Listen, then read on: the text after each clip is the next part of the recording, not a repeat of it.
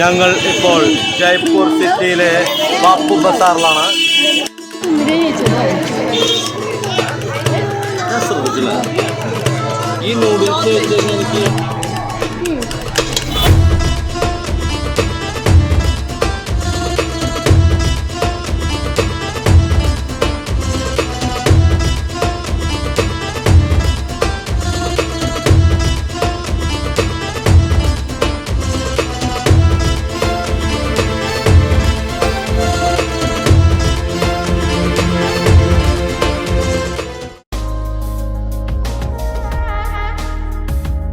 നമുക്ക് എവിടെ കൊണ്ട് പാർക്ക് ചെയ്യാൻ വെച്ചാൽ പാർക്ക് ചെയ്തിട്ട് നടക്കാല്ലേ. ഇവിടെ കുറച്ച് ചെറിയ ഉള്ളത് കൺജസ്റ്റഡ് എന്ന് പറഞ്ഞു കഴിഞ്ഞാൽ നിങ്ങൾ ബാക്കിയൊക്കെ കാണുമോ? ഞാൻ മുംബൈക്ക് എടുത്ത് പോകണോണ്ടിരിക്കുന്നുണ്ടോ? ഇത് കണ്ടോ, ഇത് സിറ്റി കണ്ടോ? എന്നെ ഫോളോ ചെയ്തോ?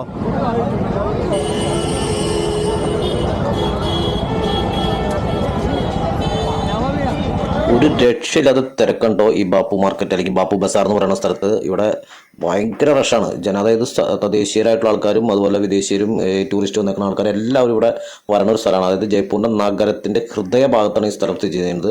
ഇത് ഈ പിങ്ക് സിറ്റിയുടെ പുതിയൊരു ഗേറ്റ് വന്നിട്ടുണ്ട്. അതിൻ്റെയും സംഗനേർ ഗേറ്റ് എന്ന് പറയുന്ന അതിൻ്റെ ഇടയിൽ വരുന്ന ഒരു ഭാഗത്താണിത്. ഇത് ഹൃദയഭാഗത്ത് തന്നെ ആയതുകൊണ്ട് തന്നെ ഈ റഷ് സിറ്റിയുടെ എല്ലാ റഷും നമുക്കിവിടെ ഫീൽ ചെയ്യും. പിന്നെ ഇതിലെ വണ്ടികളൊന്നും അങ്ങനെ വലിയ കാറ് കാര്യങ്ങളടക്കമുള്ള ഒരു വണ്ടികൾ ഇതിൽ കടത്തി വിടുന്നതായിട്ട് കണ്ടിട്ടില്ല. പോകുന്നത് കണ്ടിട്ടുണ്ട് ഭയങ്കര സംഭവം. എന്നാലും ഓവറായിട്ട് കൂടുതലും ആളുകൾ നടന്ന് പർച്ചേസ് ചെയ്യാൻ സംഭവങ്ങളൊക്കെ തന്നെയാണ് ഇവിടെ കൂടുതലും. പിന്നെ ഇലക്ട്രിക് ഓട്ടോറിക്ഷകൾ, അതായത് നമ്മുടെ അവിടുത്തെ ഓട്ടോറിക്ഷ അല്ല, 3 ഏക്കർ തന്നെയാണ്. പക്ഷേ എങ്കിലും ഇതിലിപ്പോൾ നമ്മുടെ അവിടുത്തെ ഓട്ടോറിക്ഷകളിലൊക്കെ 3 ആൾ കയറാൻ പറ്റുള്ളൂ. ഇതിൻ്റെ ഒരു ഗുണം എന്ന് വെച്ച് കഴിഞ്ഞാൽ ഇതിൽ 5 ആൾ വരെ കയറും. 2 ആൾ അങ്ങോട്ടും ഇങ്ങോട്ടും തിരിഞ്ഞിരിക്കുന്ന ഡ്രൈവറിൻ്റെ ഭാഗത്തു നിന്നൊക്കെയാണ്. ചിലപ്പോൾ 5, 6, 7 പേരൊക്കെ കയറിപ്പോവും. അങ്ങനത്തെ ഒരു ഇലക്ട്രിക് വണ്ടികളാണ് ഇവിടെ കൂടുതൽ ആൾക്കാർ പ്രിഫർ ചെയ്യുന്നത്. അത് ഈ സിറ്റിയിൽ മൊത്തം ഇങ്ങനെ ട്രാവൽ ചെയ്യാനായിട്ട് ഈ വണ്ടി കിട്ടും. നമ്മുടെ ഈ ബാപ്പു മാർക്കറ്റിൻ്റെ ഉള്ളിലൊക്കെ അതിങ്ങനെ തലങ്ങുമില്ലെങ്കിൽ ഓടിയെടുക്കും കേട്ടോ. രാജസ്ഥാൻ്റെ തനതായ കരകൗശല വസ്ത്രങ്ങളായാലും ചെരുപ്പുകൾ, രാജസ്ഥാൻ ചെരുപ്പുകൾ, അങ്ങനെ ഒരുപാട് ഇവിടുത്തെ ട്രഡീഷണൽ ആയിട്ടുള്ള സാധനങ്ങൾ വിൽക്കുന്ന ഒരു ബസാറാണ് ഇവിടെ. ഭയങ്കര റഷാണ് ഇവിടെ. അതായത് നാട്ടുകാരായാലും പുറത്തുനിന്ന് ആൾക്കാരെല്ലാവരും ഇവിടെ വന്ന് സാധനങ്ങൾ മേടിക്കും. വില പേശാൻ ഒരു പ്രത്യേക കഴിവുള്ളവർക്ക് നല്ല ആദായ വിലയ്ക്ക് നിസ്സാര വിലയ്ക്കൊക്കെ സാധനങ്ങൾ മേടിക്കാൻ പറ്റും. നല്ലോണം പേശാനറിയണം, ഭാഷ അത്യാവശ്യം ഹിന്ദിപരമായിട്ട് സംസാരിച്ച് കിട്ടാനുള്ളതൊക്കെ ഉണ്ടെങ്കിൽ അത്യാവശ്യം വില കുറഞ്ഞ സാധനങ്ങൾ കിട്ടും. ഭയങ്കര കളക്ഷൻസ് ഉണ്ടാവും. ഒരുപാട് സാധനങ്ങളുണ്ട്, ഒരുപാട് ഐറ്റംസ് ഉണ്ട്. ഡ്രസ്സുകളും ചെരുപ്പുകളാണ് ഏറ്റവും കൂടുതൽ. പിന്നെ പറഞ്ഞ വില കൂടിയ ഓർണമെൻറ്റ്സ്, ഈ കല്ല് വെച്ചിട്ടുള്ള സംഭവമുണ്ട്. ഇവിടെ രാജസ്ഥാൻ എന്ന് വെച്ച് കഴിഞ്ഞാൽ ഒരു രാജകീയമായ ഒരു റോയൽ ഒരു ഇതാണല്ലോ. അപ്പോൾ റോയൽ സാധനങ്ങളായിട്ട് തോന്നുന്ന രീതിയിലുള്ള അന്ന് വില കൂടുതലല്ലാത്ത ഒരുപാട് ഐറ്റംസ് നമുക്ക് ഇവിടെ മേടിക്കാൻ കിട്ടുമല്ലോ. പ്രത്യേക വൈബാണ് ഇവിടെ നടക്കാൻ തന്നെ, ഒരു പ്രത്യേക ഫീലാണ്. ആളുകൾ ഇങ്ങനെ കുത്തി പറഞ്ഞു പോകേണ്ട ഒരു സ്ഥലമാണ്.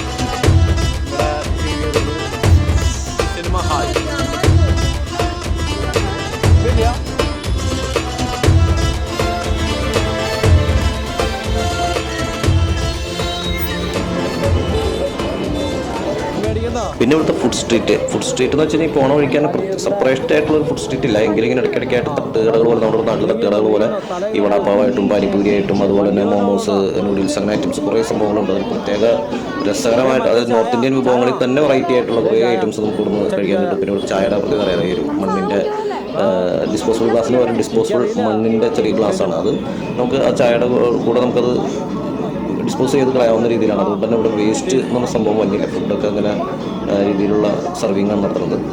അടിപൊളിയാട്ടോ, ഫുഡൊക്കെ അടിപൊളിയായിട്ട് രസമുണ്ട്. എന്താണ് പോകണത്? അവിടെ ഉണ്ടാക്കി എന്താ മസാലയിൽ കയറ്റും.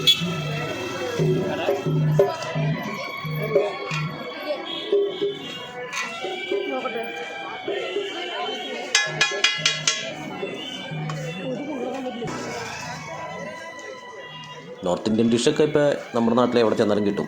പക്ഷെ അവരുടെ നാട്ടിൽ ചെന്നിട്ട് അവരുടെ തനത് സാധനം കഴിക്കാൻ ഒരു രസമല്ലേ. അപ്പോൾ അവിടെ ഈ വടാപ്പാവ് എന്ന് പറഞ്ഞ സംഭവം, അപ്പോൾ അതിൻ്റെ ഇടയിൽ പിന്നെ ഒരു സബ്ജി പോലത്തെ ഐറ്റം ഉണ്ടോ ഈ കിടക്കുന്നത് കാണുമ്പോൾ എന്തോ ശ്രദ്ധിക്കാൻ പറ്റും. പക്ഷെ അവിടെ വലിയ കാര്യമായിട്ട് നല്ല വെൽ ഡ്രസ്ഡായിട്ട് സ്റ്റാൻഡേർഡ് ആൾക്കാരൊക്കെ വന്ന് ഈ സാധനം വിടുപിടാന്ന് മേടിച്ചിട്ട് കഴിക്കുന്നുണ്ട് കേട്ടോ. ഇത് ഇരിക്കാന്ന് തന്നെ നമുക്ക് എന്തോ അറപ്പാണ്. അപ്പോൾ അതിങ്ങനെ കുറേ ഐറ്റംസ് ഉണ്ട്. പത്തിരി പോലെ എന്തോ സാധനം പറ്റി ആ ചട്ടിയിലൊക്കെ ചൂടാക്കുന്നുണ്ട്. പിന്നെ കൂടുതലും സബ്ജി എന്ന് പറഞ്ഞാൽ പീസും ഗ്രീൻ പീസും ഈ ഉരുളക്കിഴങ്ങും വെച്ചിട്ട് ആണ് സബ്ജി കൂടുതലുണ്ടാക്കുന്നത്. മസാലയ്ക്കാണ് പ്രത്യേകതകൾ. ആ പയ്യൻ അത് ഇളക്കിയിട്ടിട്ട് ഒരു ഭക്ഷണത്തിൻ്റെ ഫീൽ കിട്ടണം അതിലേക്ക് നോക്കിയിട്ട്.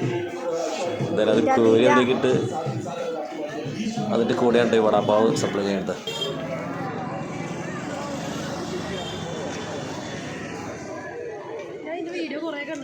ഇതാണോ രജനിയുടെ സാധനം തന്നെയാ.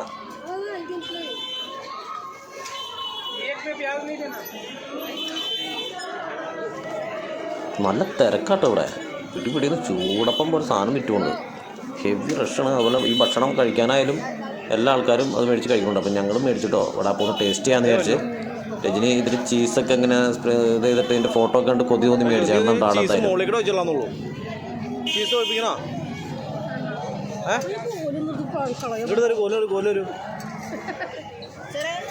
ടേസ്റ്റ് ചെയ്ത് നോക്കണം.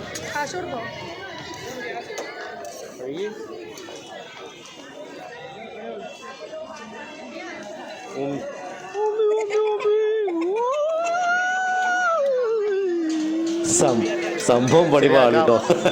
ടേസ്റ്റ് നമുക്ക് ഇഷ്ടപ്പെട്ടില്ല. പല സാധനങ്ങളും കേന്ദ്രത്തോളം അവരുടെ നാട്ടിൽ തന്നെ ചെന്ന് അവരുടെ സാധനം കഴിക്കുമ്പോൾ പലപ്പോഴും നമുക്ക് ഇഷ്ടപ്പെടാറില്ല. കാരണം പാനിപ്പൂരി ആയാലും ഇതൊക്കെ ആയാലും നമ്മുടെ നാട്ടിൽ കഴിക്കുന്ന ടേസ്റ്റ് അവിടെ ചെന്നിട്ട് കിട്ടിയില്ല എന്നാണ് ഇപ്പോൾ ഞങ്ങൾ കഴിച്ചതെന്ന് ഞങ്ങൾക്ക് മനസ്സിലായത്. എനിക്കിതൊന്നും അത്ര ഫേവറേറ്റ് അല്ല. പക്ഷേ വൈഫിനും കൊച്ചിനും ഭയങ്കര ഇഷ്ടപ്പെട്ട സാധനങ്ങളാണ്. പക്ഷെ അവരവിടെ അത് കഴിച്ചിട്ട് അവർക്കത് ഒട്ടും തൃപ്തിയായിട്ടില്ല. കാശ് വളരെ കുറവാണ്, പക്ഷേ അത് കഴിച്ചിട്ട് അവർക്കത് ഇഷ്ടപ്പെട്ടില്ല. അവിടെ ഇങ്ങനെ ആൾക്കാർ വെയിറ്റ് ചെയ്തുകൊണ്ടിരിക്കുകയാണ് കേട്ടോ. അതിങ്ങനെ ഉണ്ടാക്കി ഇങ്ങനെ കയ്യിലേക്ക് വെച്ച് കൊടുത്തുകൊണ്ടിരിക്കുകയാണ്. നമ്മൾ ഈ ചില നോർത്ത് ഇന്ത്യൻ ഷോർട്സിലൊക്കെ കണ്ടിട്ടില്ല, അതുപോലെ തന്നെ പരിപാടി ഇവിടെ പറയുന്ന പരിപാടികൾ. എന്തായാലും എല്ലാവരും മേടിച്ച് കഴിക്കുന്നുണ്ട്. പക്ഷെ ഞങ്ങൾക്കത് അങ്ങോട്ട് അത്ര പിടിച്ചില്ല.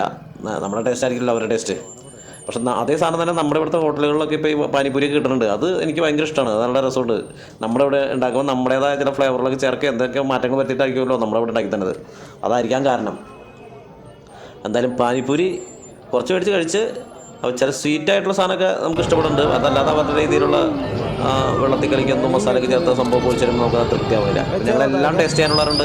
വയർ നിറച്ചൊന്നും കഴിച്ചില്ല, ജസ്റ്റ് ഒക്കെ ടേസ്റ്റ് ചെയ്ത് പോവാണ് ചെയ്തത് കേട്ടോ.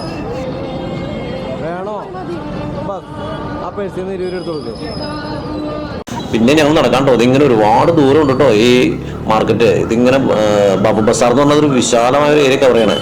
പിന്നെ ഞങ്ങൾ ഫുഡുകൾ അടുത്ത സ്ഥലത്ത് ചെന്നിട്ട് നമ്മുടെ ഇവിടെ കിട്ടുന്ന ബേൽപൂരി പോലത്തെ എന്തോ ഒരു ഐറ്റം ഉണ്ടോ, മലരും അവലും ഒക്കെ വെച്ചിട്ടുള്ള എന്തോ വിളയിച്ചെടുത്തിട്ടുള്ള ഒരു ഐറ്റമാണ്. നല്ല രസമുണ്ട്.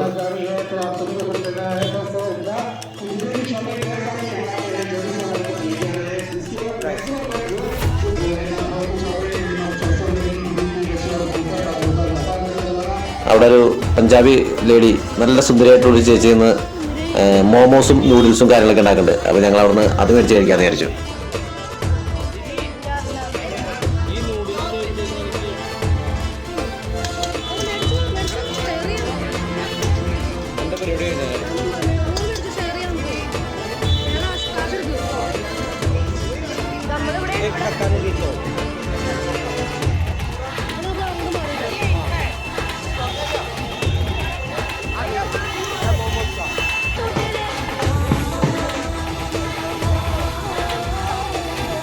നമ്മുടെ ചേച്ചിയുടെ അടുത്ത് മേടിച്ച മോമോസ് അത്ര അങ്ങോട്ട് സെറ്റായില്ല. പക്ഷേ നൂഡിൽസ് നല്ല പിടിച്ചിട്ട് സാധനമായിരുന്നു. നല്ല മിക്സിങ് അടിപൊളി ഐറ്റമാണ്. നൂഡിൽസ് അല്ലെങ്കിലും മറ്റേ സോസും കാര്യങ്ങളൊക്കെ അതിൽ ചേർത്ത് മിക്സ് ചെയ്ത് വരുമ്പോൾ നമുക്ക് എന്തായാലും നമ്മുടെ ഒരു ടേസ്റ്റ് ഏറ്റവും കൂടി പിടിക്കും. ബഡ്ജറ്റ് ചിലതൊക്കെ മറ്റു ചില സാധനം നമുക്ക് അവിടെ കഴുകി വരെടുത്ത ചില ഐറ്റംസ് പോലെയാണ് ഫീൽ ചെയ്യാറുണ്ടോ. ജനസമുദ്രം കേട്ടോ. എന്തായാലും ഈ ഇവിടുത്തെ ലോക്കൽ ആളുകളല്ല തോന്നുന്നു ഇവിടെ പർച്ചേസ് ചെയ്യാൻ കൂടുതൽ നല്ലത്. ഈ നാട്ടിലുള്ള ആൾക്കാർ തന്നെയാണ്. പക്ഷേ നേറ്റീവ് പ്ലേസിൽ നിന്നൊക്കെ അതിൽ നിന്നുള്ള ഗ്രാമങ്ങളിൽ നിന്ന് വേറെ പട്ടണങ്ങളിൽ നിന്നൊക്കെ വന്നിട്ട് ജയ്പൂർ ആസ്വദിക്കാൻ വന്നിട്ടുള്ള ആളുകളാണ് ഇവിടെ കൂടുതലും സാധനങ്ങൾ മേടിക്കാൻ വന്നത്. അതുകൊണ്ട് ഫുഡ് കാര്യങ്ങളൊക്കെ അവർ ഇവിടെ തന്നെ മേടിച്ച് വെച്ച് ഇവിടെ ആസ്വദിച്ച് കഴിക്കുന്നതാണെന്ന് തന്നെ നമുക്കറിയാം. അവർ ഇവിടെ ഉള്ളവരല്ലാതെ മനസ്സിലാവും.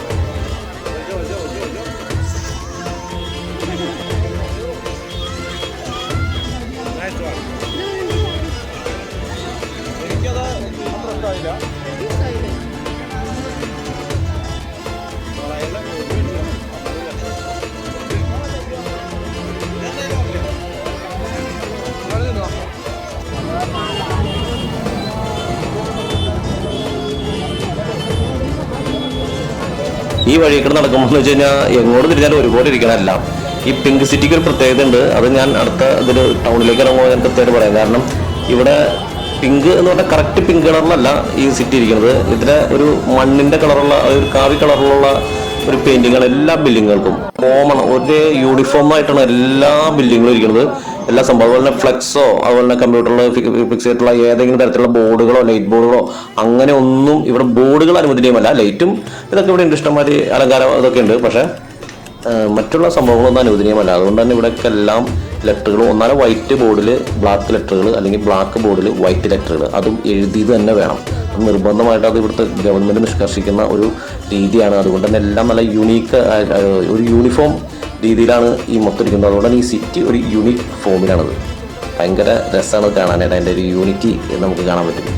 ഇവിടുത്തെ ഒരു കാശ് കുറഞ്ഞ കട ആഡംബരത്തിൽ വയ്ക്കാമെന്നോ കാശ് കൂടി ഇതിൽ അങ്ങനെ ഒന്നും നടക്കില്ല. എല്ലാം ഈക്വലായിട്ടിരിക്കണം. പിന്നെ അതിൻ്റെ അകത്ത് പ്രസൻറ്റ് ചെയ്യുന്ന സാധനങ്ങൾ അവർക്ക് എന്താണെന്ന് വെച്ച് ചെയ്യാം. ആ ഒരു വ്യത്യാസം മാത്രം.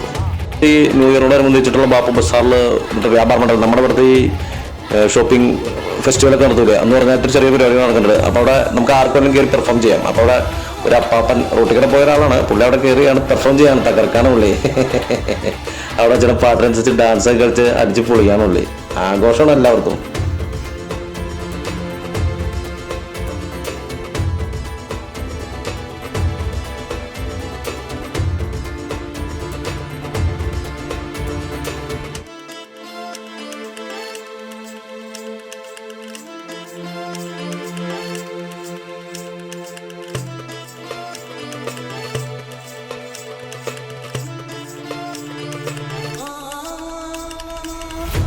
നമ്മളൊന്നും മേടിക്കണമെന്നില്ല, പക്ഷെ ചുമ്മാ അതിൻ്റെ ഉള്ളിൽ തന്നെ കയറി നടക്കാണ്ട്. അതിനിടയിൽ ജുവൽസും കാര്യങ്ങളൊക്കെ ഉണ്ട് കേട്ടോ. കോട്ട്സും ഇത് മാത്രമല്ല ഇച്ചിരി അത്യാവശ്യം വിലപിടിപ്പുള്ള ആഭരണ അതിൻ്റെ സംഭവങ്ങളും ഷോപ്പുകളൊക്കെ ഇതിൻ്റെ അകത്തുണ്ട്.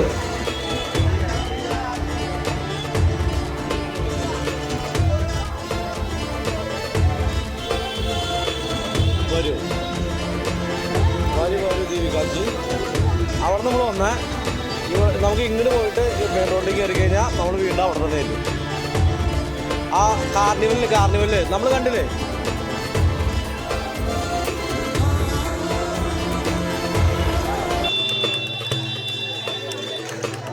അങ്ങനെ ഞങ്ങൾ മാർക്കറ്റും ജസ്റ്റ് ഒന്ന് ഔട്ടറിലേക്ക് ഇറങ്ങിട്ടോ. അപ്പോൾ നമ്മുടെ പിങ്ക് സിറ്റിയുടെ കവാടം നിങ്ങൾക്ക് ഇവിടെ ഇങ്ങനെ ബാക്കിൽ കാണാൻ പറ്റും. അവിടെ ചേർന്നൊരു ക്ഷേത്രവും കാര്യങ്ങളൊക്കെ ഉണ്ട്.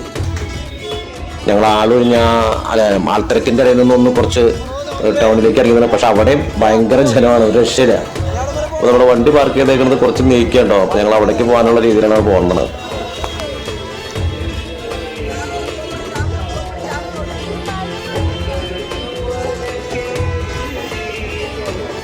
നമ്മളിതിൽ വഴി തെറ്റിപ്പോകാനായിട്ട് ഭയങ്കര ചാൻസ് ഉണ്ട്. അതാണ് ശ്രദ്ധിച്ച് പോകണം. നമുക്ക് ലൊക്കേഷൻ ഇട്ട് അല്ലെങ്കിൽ നമ്മുടെ വണ്ടി കിടക്കുന്നിടത്തെ ഒരു ലൈവ് ലൊക്കേഷനോ സംഭവം എടുത്തിട്ട് വേണം ഇവിടുന്ന് പോകാനായിട്ട്. കാരണം എല്ലാ സൈഡും ഒരുപോലെ ഇരിക്കണം. ഒരേപോലത്തെ ഷോപ്പുകൾ, ഒരുപോലത്തെ നെയിം ബോർഡ്. ഞാൻ നേരത്തെ പറഞ്ഞില്ല, ആ കടകളൊക്കെ ഒരു യൂണിറ്റി ഉണ്ട്. അപ്പോൾ ആ യൂണിഫോം അടിക്കുന്നത് നമുക്ക് ഏത് സ്ഥലത്ത് എത്തിയാൽ നമുക്ക് ദിക്ക് മനസ്സിലാവില്ല.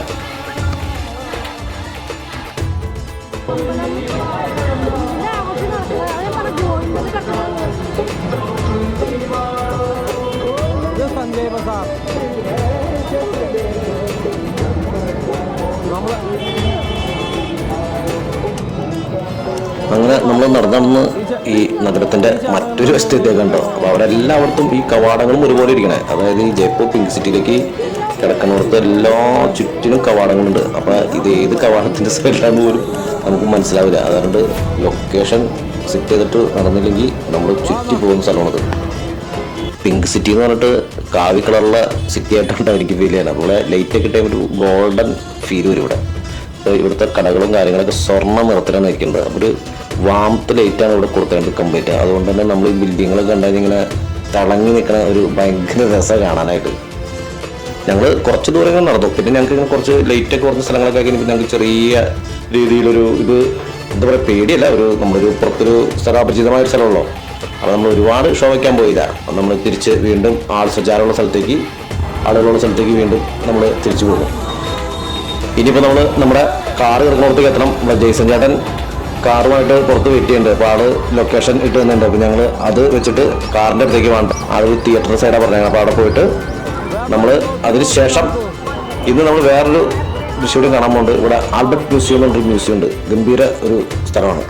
അപ്പോൾ അതാണ് നമ്മുടെ അടുത്ത വീഡിയോയിൽ. ആൽബർട്ട് മ്യൂസിയം ഒരു പ്രസിദ്ധമായിട്ടുള്ള ഒരു ബ്രിട്ടീഷ് കൊളോണിയൽ കാലത്ത് ഉള്ളൊരു മ്യൂസിയമാണ്. അപ്പോൾ അന്നത്തെ ഇവിടെ ഇരുന്ന ഒരു വൈസ്രോയി ആയിട്ടുള്ള ഒരാളുടെ പേരിൽ അറിയപ്പെടുന്ന ഒരു മ്യൂസിയം കൂടിയാണ്. അപ്പോൾ അതാണ് അടുത്ത ഇതിൽ കേട്ടോ. പിന്നെ അതിൻ്റെ കൂടി തന്നെ അതിനോട് ചേർന്ന് തന്നെ വേറൊരു ഒറിജിനൽ ഫുഡ് സ്ട്രീറ്റും കാര്യങ്ങളൊക്കെ ഉണ്ട്. അപ്പോൾ അത് നമ്മൾ എക്സ്പ്ലോർ ചെയ്യും കേട്ടോ.